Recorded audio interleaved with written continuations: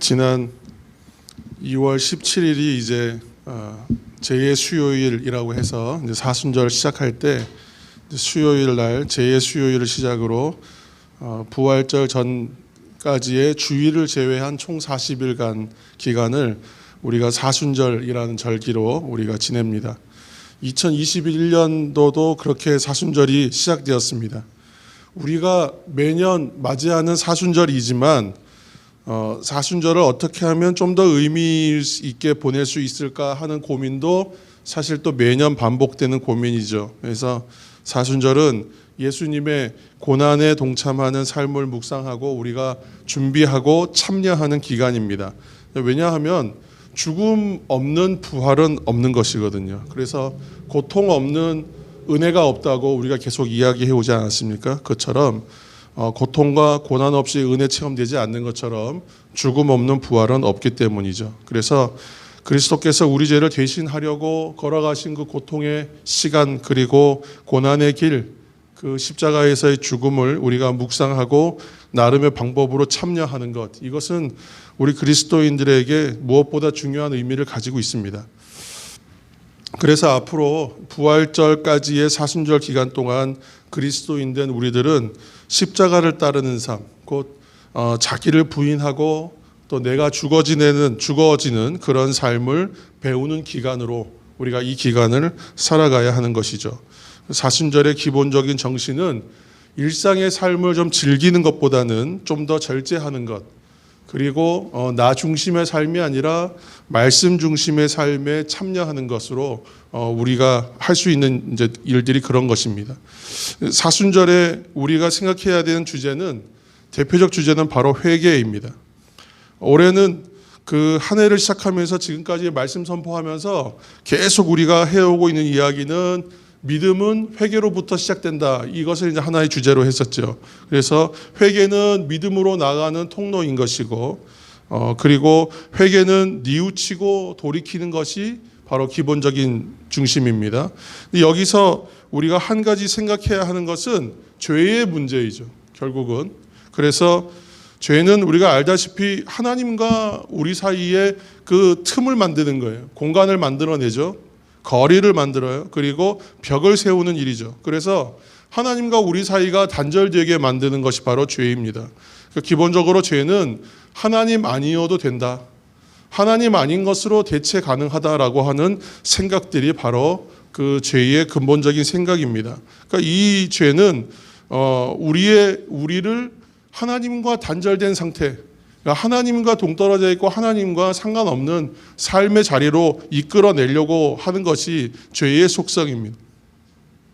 그래서 우리들은 이 죄로 인하여 단절되어 있던 하나님과 우리 사이의 관계를 회개함으로 그 간격을 메우는 거예요. 그리고 후회하고 뉘우치고 돌이키는 모든 노력을 우리가 다하게 되는 것입니다.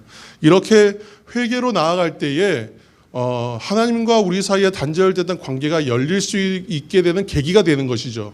그러니까 회개 자체에 죄를 사하고 하나님과 우리 사이를 같이 다시 새롭게 하는 그런 능력은 없어요.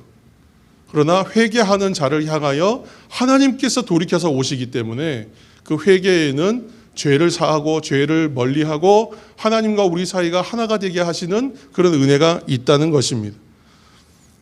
회개로 나아가는 한 사람을 하나님은 사랑하시는데 이 하나님은 신실하신 하나님이라 그랬어요. 그러니까 신실하시다는 말은 변함이 없다는 뜻입니다. 사람으로서는 할 수가 없어요. 사람은 변해요. 오늘의 얼굴, 내일의 얼굴이 다 다르고, 오늘의 태도와 내일의 태도가 다르고, 내일의 말과 오늘의 말이 또 다릅니다. 그러나 하나님은 변함이 없으시다. 신실하신 하나님께서 우리를 향하여 오시기 때문에, 그리고 그 하나님이 우리를 사랑하시기 때문에 내가 방향을 돌이키면 되는 거예요. 하나님은 늘 우리를 향해 계시다라고 우리가 믿기 때문에 내가 방향을 돌이켜서 하나님 앞으로 나아가면 나 같은 죄인을 위해서도 하나님이 얼마든지 돌이키시고 용서하시고 품어주신다.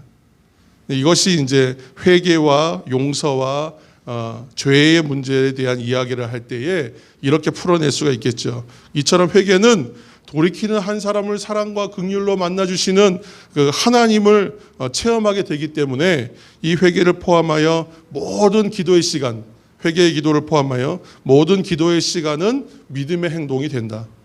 내가 기도를 잘하나, 내가 기도의 말이 뭐 화려하거나 아주 들어보면 저분은 기도 말이 너무 좋구나, 그렇게 나는 기도하지 못한다 할지라도 하나님께서 그 기도를 다 들으시고, 모든 기도는 믿음의 행동이라는 걸 여러분 생각하시면서 나아가시면 반드시 응답을 받습니다.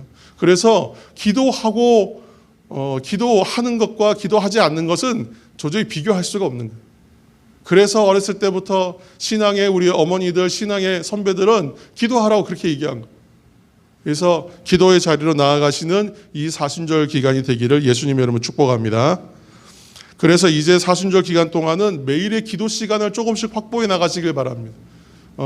그것이 교회 이전에 나와서 기도하는 거 좋습니다. 그렇지만 이게 힘들다면 각자의 삶의 처소에서도 얼마든지 기도의 자리를 만들 수 있다고 말씀드렸습니다. 그래서 어느 곳을 기도의 처소로 만들든 거기가 나의 기도의 골방입니다.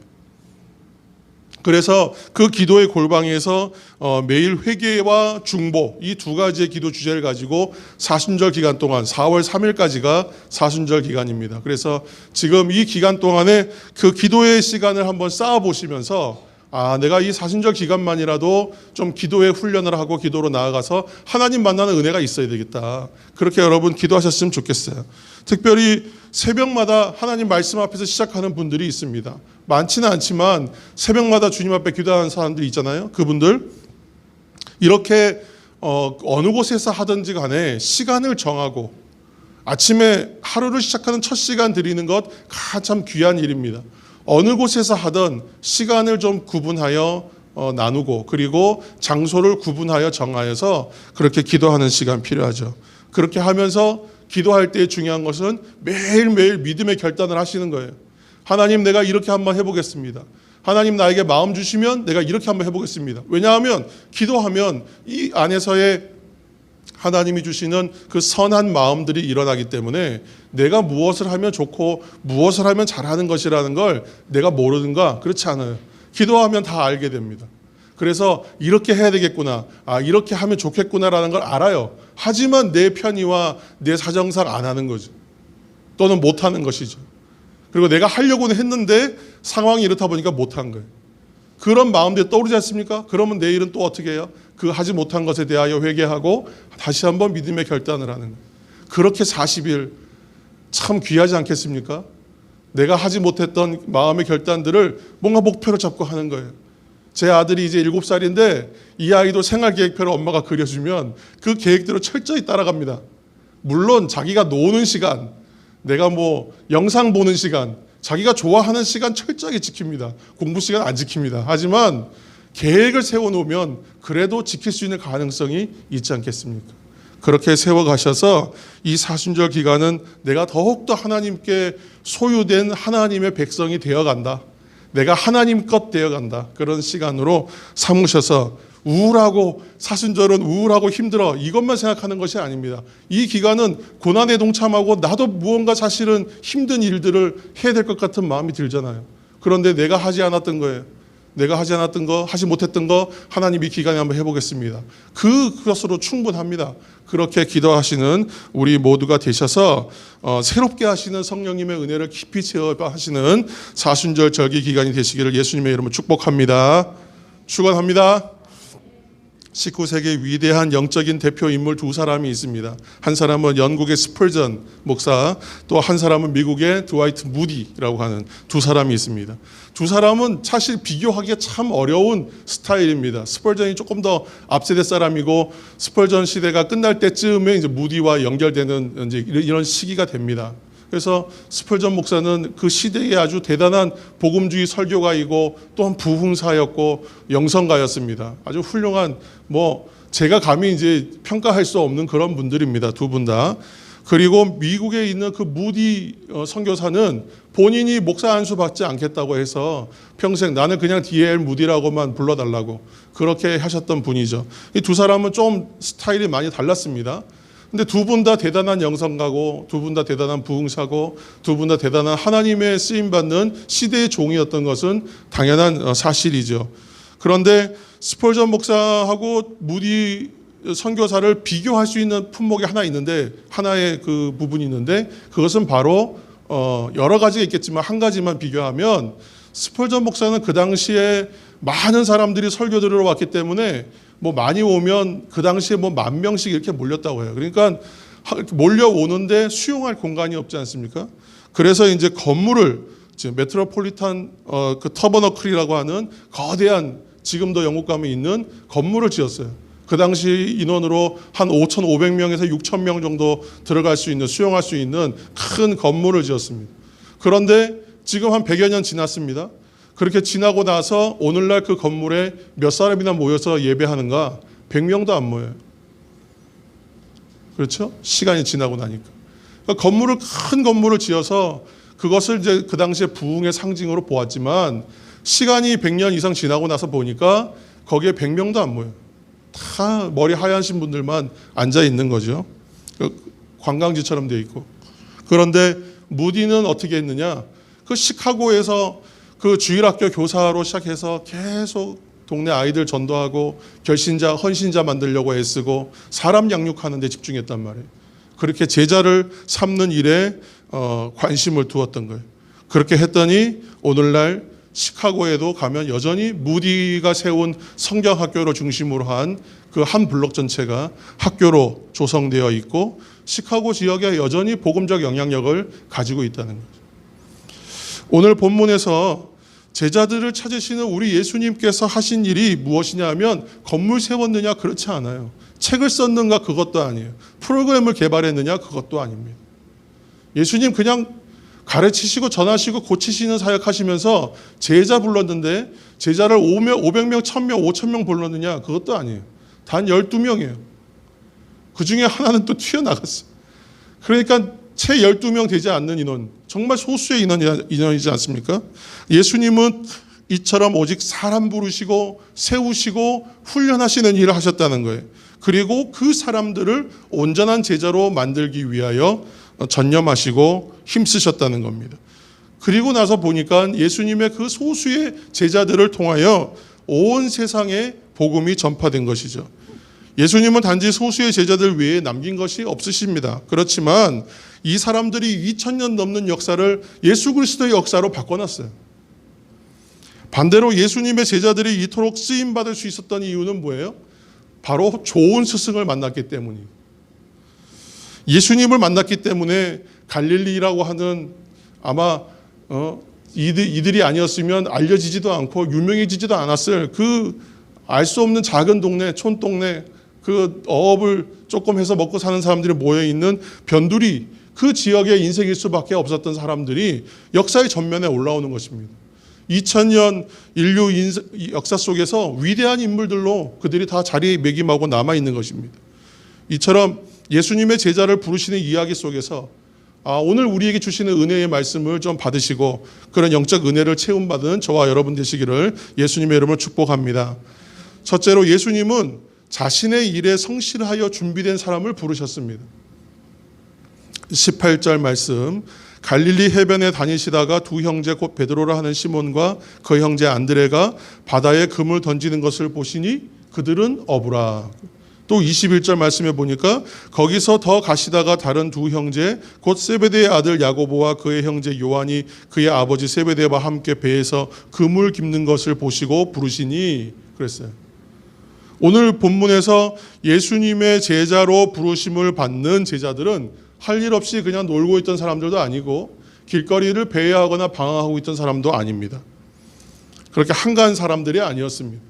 그러니까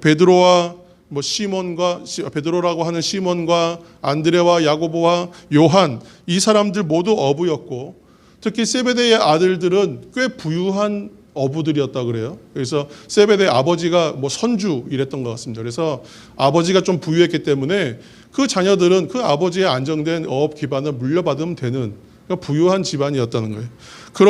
그런 사람들이었는데, 이 사람들은 지금 어떤 일을 하고 있냐면 자신에게 맡겨져 있는 자신의 직업적 일들을 그냥 성실하게 하고 있는, 매일의 삶을 열심히 살고 있는 사람들이었다는 거예요.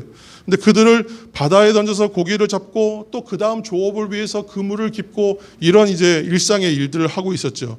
이렇게 자신의 일에 전념된 사람들에게 예수님께서 찾아가시는 거예요. 타고난 천재 음악가였다고 불리는 루빈스타인이라는 분이 있는데 이분은 자신의 재능들이 아주 뛰어난 사람이었기 때문에 연습하지 않아도 그냥 실력이 나오는 사람인 거예요. 항상 인정받고 칭찬받고 자랑할 만한 실력이었어요. 그러니까 연습 안 했다는 거예요. 그래서 또 안에 또 방탕하고 생활도 그랬답니다. 그런데 후에 어느 날부터 이제 인생을 좀 반성하면서 그 계기를 통해서 자신이 깨닫는 게 있어요. 아, 이거는 충분한 연습, 매일의 연습과 재충전이 없으면 깊이를 더해갈 수가 없겠구나라는 깨달음이 있었다는 거예요. 이분이 이제 94세인가 90 몇 세에 돌아가셨는데 이분의 그 현역 기간이 거의 90세까지입니다. 그렇게 오랜 시간 동안 피아니스트로 활동할 수 있었던 건 그 후에 이제 그 물론 천재성도 있었지만 연습과 매일의 훈련을 통해서 그 깊이를 더해갔기 때문이라는 거예요. 이분이 남긴 유명한 말이 하루를 연습하지 않으면 내가 알고 이틀을 연습하지 않으면 오케스트라가 알고 또 사흘을 연습하지 않으면 관객이 알고 세상이 다 안다. 이 말을 남겼다는 거죠. 그리고 또 세계적으로 유명한 피겨 여왕이라고 불리는 우리나라의 김연아 선수 같은 경우에도 그런 말을 했지 않습니까? 한 동작 익히기 위해서는 10,000번의 연습이 필요하다. 이처럼 자신의 일에 사명감 가지고 내가 주어진 일들에 열심히 연습하고 훈련하는 사람, 그 사람들에게는 사실 영원한 실패라는 건 없습니다. 그것이 나에게 많은 돈을 벌어다 주지는 않다 할지라도 내 일을 열심히 하고 나에게 주어진 직업의 일들을 최선을 다해 일하는 사람에게 실패라는 일이 어떻게 있을 수가 있겠습니까? 비록 순간순간의 어려움과 때로는 실망하는 일들이 생기죠. 시련도 분명히 있죠. 하지만 결국은 자기 자신에서 또는 달인이라고 뭐 방송 타지 못할지라도 그렇게 인정받을 만한 직업적 훈련인들이 다 되지 않겠습니까? 근데 이 사람들이 결국은 성공의 인생을 살게 된다고 하는 것은 왜 그런가? 이런 사람들을, 이 성실함으로 나아가는 사람들을 하나님이 그냥 두지 않는다. 하나님께서는 자신의 앞에서 성실하게 행하는 사람들을 결국은 부르시고 쓰시기 때문에 그들의 인생이 그렇게 허투루 낭비되지 않는다는 것입니다. 사랑하는 성도 여러분, 우리는 우리의 인생에서 자기 자신이 맡고 있는 일들, 또 내게 맡겨지고 있는 일들을 사명처럼 여기면서 일하고 있는가 한번 점검해 봤으면 좋겠습니다. 또 그렇게 내가 물론 열심히는 하고 있지만 나의 열심을 다하고 있는가 한번 그렇게 생각해 보았으면 좋겠습니다. 우리에게 실패와 고난의 시간은 반드시 있다고 말씀드렸습니다. 하지만 반드시 성공하는 인생이 된다는 것도 말씀드리겠습니다. 왜냐하면 누군가가 우리의 재능과 실력을 인정하고 알아보고 거기에 불러서 합당한 대우를 해줄 것이기 때문이죠. 하나님께서도 마찬가지로 우리가 우리의 삶 속에서 최선을 다해 성실함으로 나의 삶의 자리에 일을 감당하고 준비되는 그 한 사람을 분명히 쓰십니다. 예수님께서 그의 제자들을 부르실 때 성실했다, 자기의 일을 최선 다했다, 그렇게 말을 할 수 있지만 이 사람들은 되게 특출한 사람들은 아니었습니다. 평범한 사람이었습니다. 하지만 성실함 그거 하나 얘기할 수 있는 사람들이었는데 이 사람들을 부르십니다. 오늘날 세상에서는 내가 인정받고 평가받고 또 쓰임받기 위해서는 좋은 스펙 쌓아야 되고 인맥도 만들어야 되고 다양한 경험도 해야 되고 또 그 경험을 위한 또 경험을 해야 되는, 그러니까 이 경험을 계속 쌓아 올려야 되는 그런 시대에 살고 있습니다. 그리고 거기에 이왕이면 집안도 좋아야 될 것이고 거기에 더하면 외모도 좋으면 더 좋겠죠. 그러나 주님이 찾으시는 사람은 그런 조건들로 찾으시지는 않더라는 것입니다. 주님이 찾으시는 그릇은 금그릇이냐 녹그릇이냐 그렇게 구별하여 사용하지도 않으시더라는 거죠. 음식에 담는 그릇이라면 그냥 정결하고 깨끗하고 쓸만한 것이면 됩니다. 그 음식 담는 그릇이 불성실해서 깨끗하게 씻겨져 있지도 않고 어저께 먹었던 음식이 그냥 설거지통에 있고 그러면 안 되겠죠. 그렇지만 하나님께서 우리를 지금 부르실 때에 그것을 만약 그릇에 비유한다면 정결하고 깨끗하면 되는 것이죠. 왜냐하면 그 음식을 담아야 하는 용도이기 때문입니다. 사순절 기간은 우리의 죄를 회개하며 나를 위해 고난받으신 주님의 십자가 길을 묵상하는 절기다. 그렇게 말씀드렸습니다. 이처럼 우리도 우리의 깨끗하지 못한 더러움들을 다 제하여 버리고 비워버리고 하나님의 보시기에 깨끗하고 음식 담아내기에 합당한 그릇으로 준비됨이 필요하지 않겠는가 하는 것입니다. 다시 한번 말씀드리지만 주님이 우리 보실 때에 가진 것 많고 외모가 훌륭하고 체격이 크고 힘세고 그런 사람 찾지 않으십니다. 내가 비록 가진 것이 없습니다. 내가 가난합니다. 남보다 특별한 재능도 없는데 하나님 날 부르시는 거예요. 그것이 일상의 일들, 그러니까 공부하는 것이든 그림 그리는 것이든 노래를 부르는 것이든 운동하는 것이든 교회에서 봉사하는 것이든 아니면 사회에서 봉사하는 것이든 간에 하나님께서 부르심에 대한 준비됨은 우리에게 필요한 것이다 하는 말씀입니다. 우리가 하나님을 만나서 하나님을 알고 또한 뜻을 알고 하나님이 우리 한 사람에게 주신 그 각자의 비전과 마음에 품고 무엇이든지 그것을 사명으로 여겨서 나의 마음에 품고 열심과 최선으로 다해갈 때에 하나님의 때가 이름에 반드시 크게 쓰임받는 날이 온다는 것입니다. 오늘 성실함으로 삶의 일을 감당하였던 부름받았던 제자들처럼 이러한 하나님의 부르심을 소망하며 준비되는 하나님의 일꾼이 되기를 예수님의 이름으로 축복합니다. 예수님은 둘째로 나를 따라오라 이렇게 말씀하여 주셨습니다. 우리 19절 말씀 다 같이 한번 읽어보시겠습니다. 말씀하시되 나를 따라오라 내가 너희를 사람을 닦는 어부가 되게 하리라 하시니 아멘. 우리 좀 잘 쓰는 말 중에 임자를 만났다 이런 표현 쓰지 않습니까? 사실 임자 만났다는 표현 요즘에 긍정적인 것보다는 부정적인 의미로 더 많이 쓰는 것 같아요. 그렇지만 긍정적인 의미로 우리가 생각해 보려고 합니다.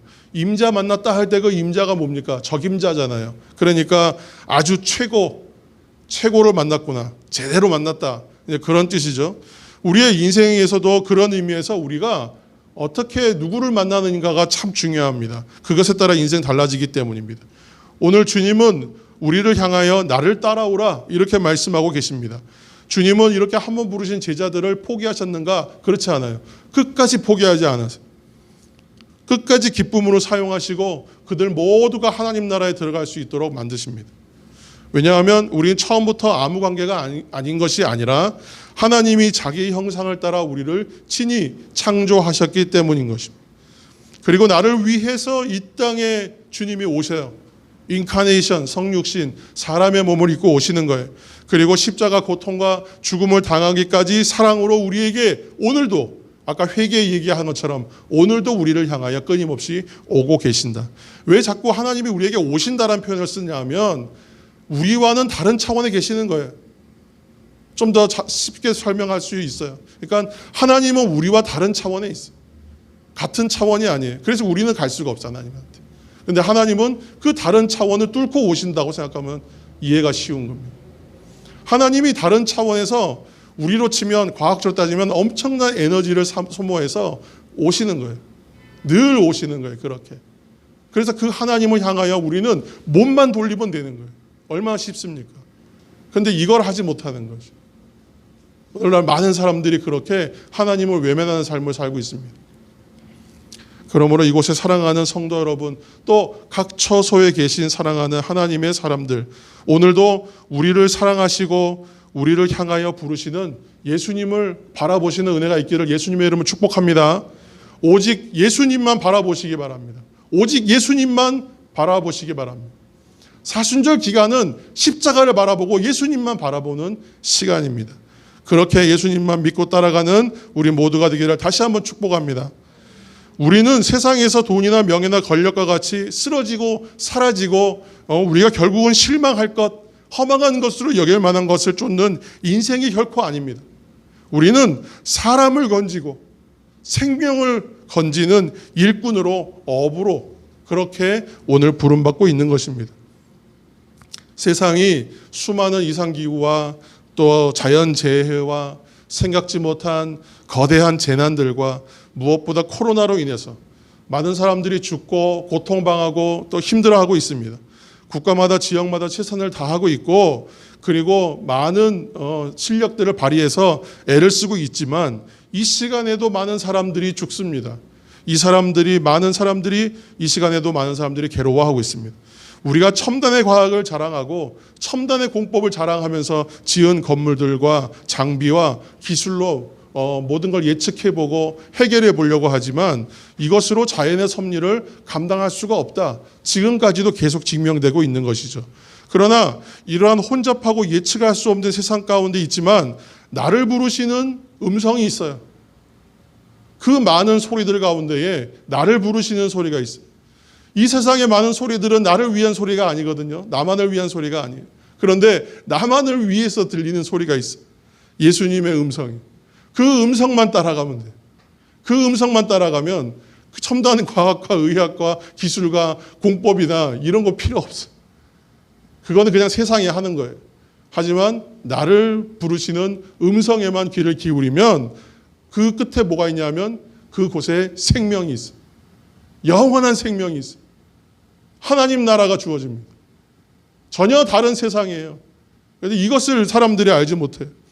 광야에서 범죄한 이스라엘 백성들 향해서 불뱀이 내려와가지고 사람들을 물죠. 그래서 사람들이 죽어갑니다. 그래서 모세가 하나님한테 기도하고 나서 놋뱀을 만들어서 장대 끝에다가 높이 달아요. 그리고 나서 저것을 쳐다보는 사람, 놋뱀을 쳐다보는 사람마다 치료되고 살 거라고 얘기해요. 그런데 쳐다보질 않아요. 쳐다본 사람들은 어김없이 다 살아났어요. 그렇지만 쳐다보지 않고 외면했던 사람들은 다 죽었습니다. 장대 끝에 있는 놋뱀을 쳐다보는 게 과연 어려워서 쳐다보지 않았겠습니까? 믿지 않았던 거예요. 허황된 얘기라. 거절했던 거예요. 필요 없다고. 난 내 방법대로 하겠다. 뭘 하나 쳐다보기만 하면 병이 난다는 걸 어떻게 믿을 수가 있어요. 그러니까 세상의 방법과 세상의 방법으로 판단했던 것입니다. 거절하고 불신하고 바라보지 않았던 사람은 다 죽었습니다. 사랑하는 성도 여러분, 마찬가지로 우리도 예수님의 십자가를 예수님의 십자가를 바라보면 어떠한 더러운 죄를 지었던 사람이라 할지라도 살게 될 것이라고 말씀하고 있습니다. 구원받을 것이라고 이야기합니다. 30대는 30kg, 40대는 40kg, 50대는 50kg. 저도 이제 50kg대로 접어들고 있는데 70대는 70kg. 인생의 시간의 속도가 점점 빨라진다는 얘기 많이 하죠. 그런 얘기를 듣는데 쏜살같이 지나는 인생 다 보내고 우리가 마지막에 한 사람도 예외 없이 하나님의 심판대 앞에 서는 날이 옵니다. 그때에 나를 변호하고 나를 위하여 인정해 주실 분이 누가 있냐? 오직 예수님밖에 없어요.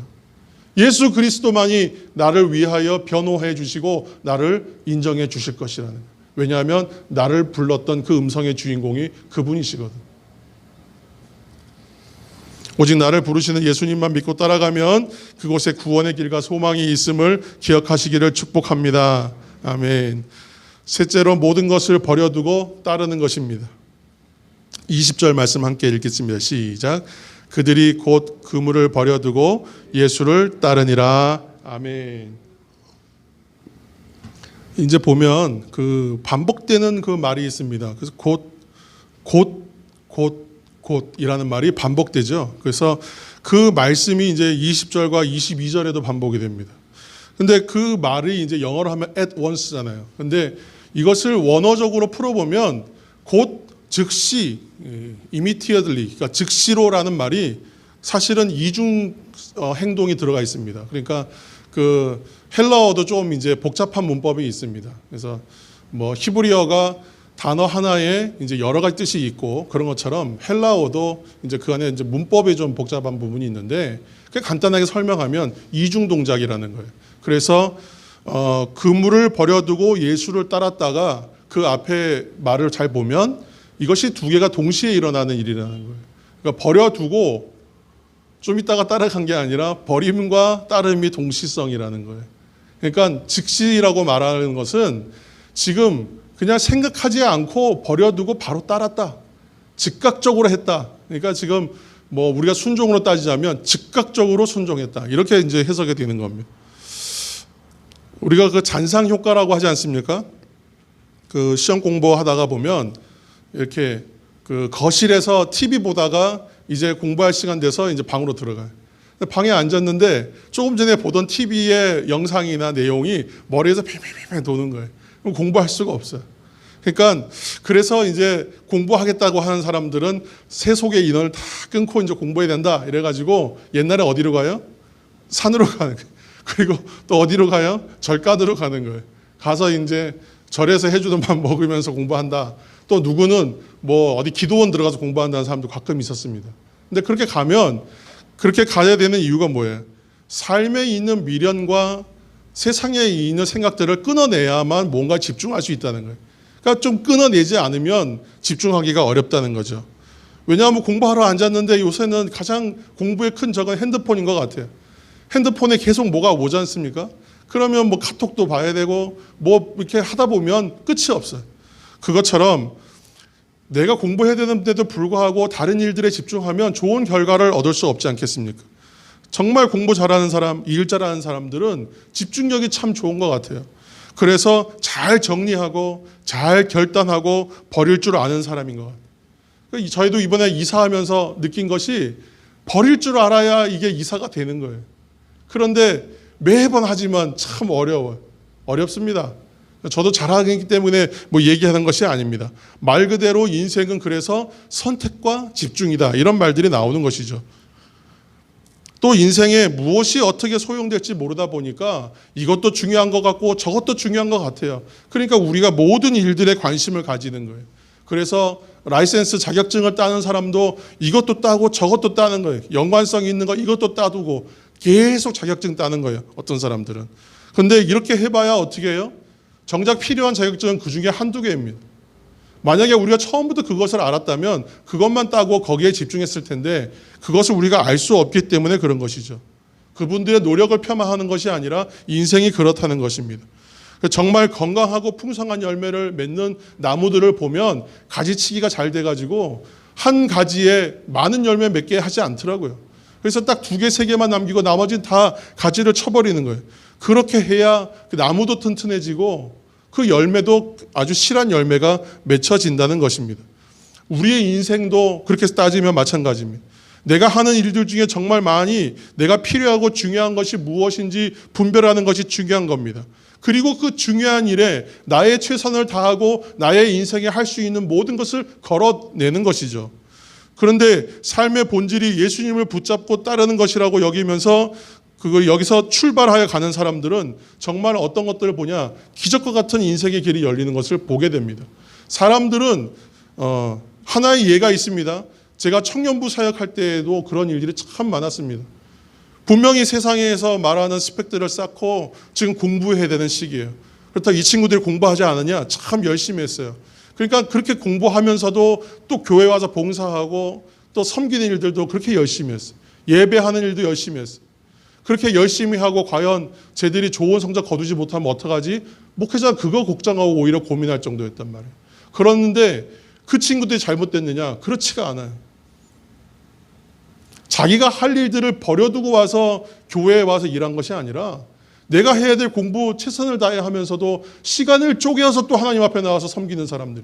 자기의 잠자야 될 시간들과 내가 쉬어야 될 시간들을 줄여서 그렇게 섬기고 봉사했다는 거예요. 알고 보니까. 그 친구들이 어떻게 됐을까요? 정말 놀랄 만큼 잘 됐어요. 안 된다 생각하는데 되고 어렵다고 말하는데 통과하는 거예요. 그렇게 해서 그 친구들이 다 지금 젊은 이제 집사가 되고 젊은 안수 집사가 돼서 교회들을 섬기고 있습니다. 여전히. 하나님께서 자신을 향하여 세상에 있는 것 중요하지만 예수 그리스도께서 나에게 주시는 음성이라 여기고 그 음성을 듣고 판단하여 모든 것을 끊어버리고 이것이 중요한 것이라고 여겨 거기에 나의 삶을 걸었던 그 사람들을 외면하시겠느냐는 거예요.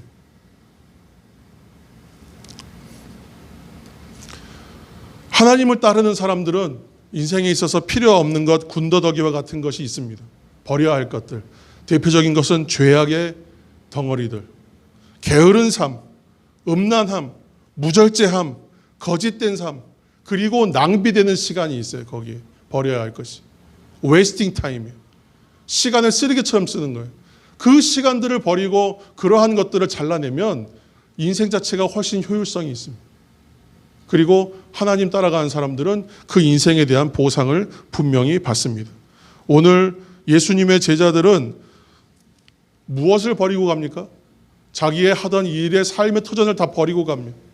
그리고 세베대의 자녀들은 그물 깊던 거 내려놓고 아버지 주서 버리고 갑니다. 일꾼들도 다 놓고 갑니다. 다른 복음서 비교해 보면 그들이 버리고 가는 것이 무엇인지 다 드러납니다. 오직 하나님을 기뻐하는 믿음의 사람들은 자기 자신이 지금까지 사랑하고 추구해왔던 것들 중에 헛된 것이라고 여기는 것을 다 버리고 오직 주님 한 분만 붙들고 살아가는 인생인 것입니다. 하나님께서 이 모든 것을 버리면 우리에게 어떻게 행하실까요? 마태복음 6장 33절 말씀을 다 같이 한번 읽으면서 오늘 말씀을 좀 맺겠습니다. 마태복음 6장 33절 시작. 너희는 먼저 하나님의 나라와 의를 구하라. 그리하면 이 모든 것을 더하여 주시리라. 우리에게 더하여 주신다는 거예요. 거기에 모든 것은 영어로 하면 everything입니다. 모든 것이에요. 삶에 필요한 모든 것이. 거꾸로 구하고 있잖아요. everything, 모든 것을 구하고 하나님은 뒷전이랍니다.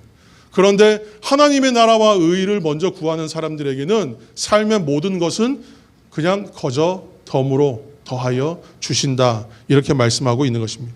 하나님의 나라를 구하고 붙들면서 하나님의 백성으로서 의로운 삶을 구하면 주님만을 우리의 삶의 주인으로 삼으면 우리 중심의 예수님으로만 가득하면 우리에게 필요한 것들 인생에서 우리에게 있어야 할 필요의 모든 것을 채워주시겠다라고 말씀하고 있는 거예요. 이렇게 조건으로 얘기하지 않더라도 우리는 주님을 따라야 하겠지만 우리의 믿음이 약하기 때문에 이렇게까지 말씀해 주고 계시지 않습니까? 사랑하는 성도 여러분, 우리의 모든 문제와 고민들, 삶에서 불필요하다고 생각하는 모든 것들을 주님의 나라를 위해서 버리시는 이 사순절 기간이 되기를 축복합니다. 오직 우리의 중심에 주님만 붙들고 그것만 좀 강력하게 붙들고 살아가시는 기간들이 되길 바랍니다. 그렇게 하면 이 모든 것을 주님께서 은혜로 채워주실 것입니다. 이러한 예수님의 제자로서 부름받아 놀라운 은혜의 삶을 누리시는 저와 여러분이 되시기를 예수님의 이름으로 축원합니다. 우리 함께 잠깐 기도하겠습니다. 예수님께서 제자로 부르시고 기뻐 쓰시는 사람은 자신의 일에 성실하며 자신을 거룩하고 깨끗하게 하여 준비된 사람이라고 했습니다.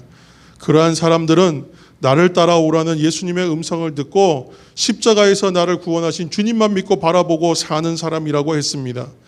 또한 예수님의 제자는 자신이 지금까지 사랑하고 욕심부리던 모든 세상의 것들을 버리고 잘라내고 단순하게 오직 주님만 마음에 모시고 사는 사람이라고 했습니다. 예수님께서 우리를 부르실 때에 나중에 순종하는 것이 아니라 예수님을 따르겠습니다. 곧 즉시로 따라가는 우리 모두가 되게 하여 주셔서 예수님의 제자로서 부름받은 인생으로서 놀라운 은혜의 삶을 누리는 우리 모두가 될 수 있도록 축복하여 주옵소서. 예수님의 이름으로 기도드립니다. 아멘.